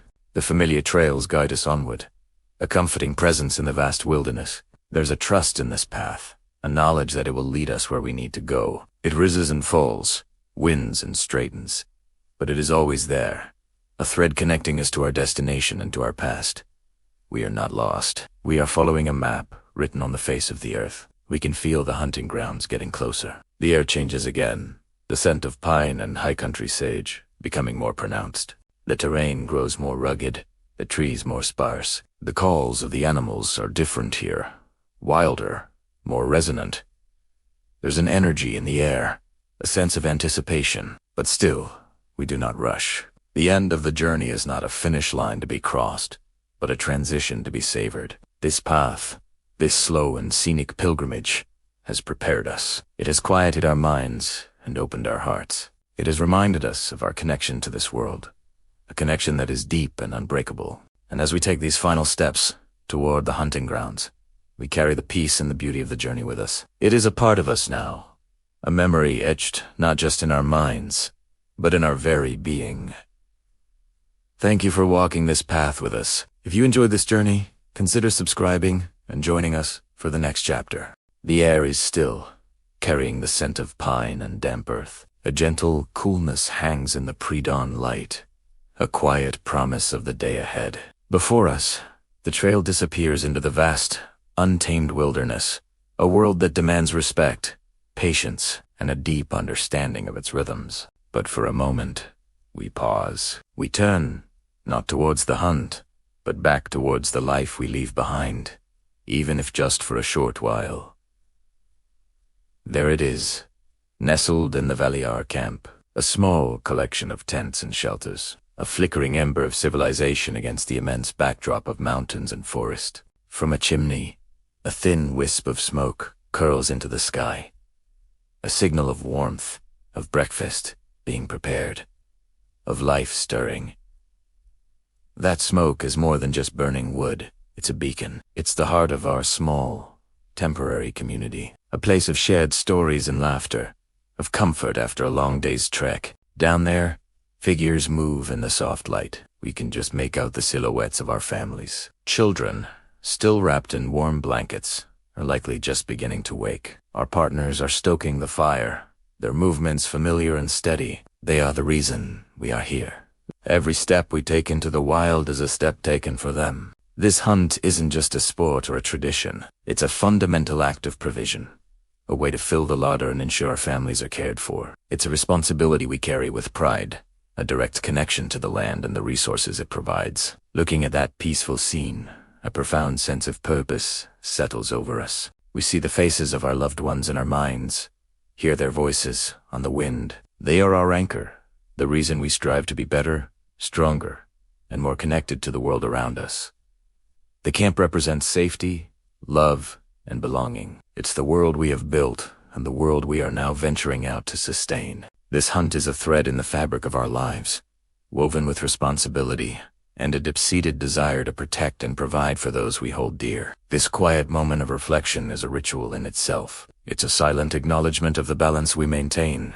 Out here, we are hunters, attuned to every sound, every track, every shift in the wind. We become part of the wilderness, moving with a primal focus. But back there, we are fathers, husbands, sons, and brothers.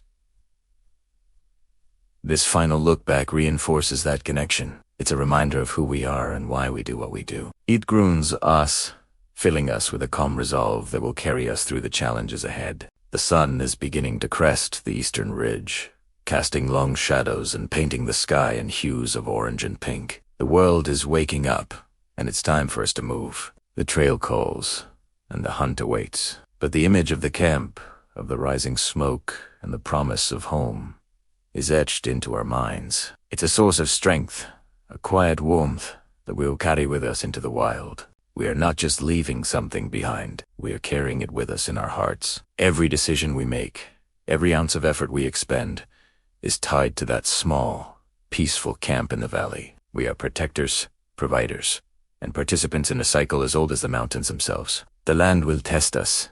It will demand our full attention and skill, but it will also provide. And when we return, hopefully with our bounty, it will be to the open arms and warm smiles of the very people we are thinking of right now. This isn't just about the thrill of the chase or the conquest of the wild. It's about a deeper connection to our families, to the land, and to ourselves. It's about understanding our place in the natural world and honoring the responsibilities that come with it. It's a journey of sustenance, not just for the body, but for the soul. The food we bring back will nourish our families, but the experience itself, the quiet moments of reflection like this one, will nourish our spirits. We see the trust in the eyes of our children, the quiet support of our partners. They believe in us, and that belief is a powerful motivator. We carry their hopes with us, a silent promise to return safely and successfully. This final glance is a sealing of that pact. It is a moment of gratitude for what we have, and determination for what we are about to do. The wild is an unforgiving place, but it is also a place of incredible beauty and honesty. There are no pretenses here, only the raw, unfiltered reality of life and survival. By stepping into this world, we are not only seeking to provide for our families, but also to reconnect with something essential within ourselves, something that can get lost in the noise of modern life. It's a return to basics, a reminder of what truly matters. And so, with one last, long look at the smoke rising from our camp, we turn away. The warmth of that image settles deep within us, a comforting ember that will burn brightly throughout the day. The time for reflection is over. The time for action has begun. We adjust the straps on our packs, grip our gear with renewed purpose, and take our first steps into the vast, waiting landscape. The path ahead is uncertain, but our purpose is clear. We move forward, not as individuals, but as a unit bound by a shared goal and the silent, powerful memory of home. The hunt has begun. Thanks for watching, and if you enjoyed this journey with us, be sure to follow for more.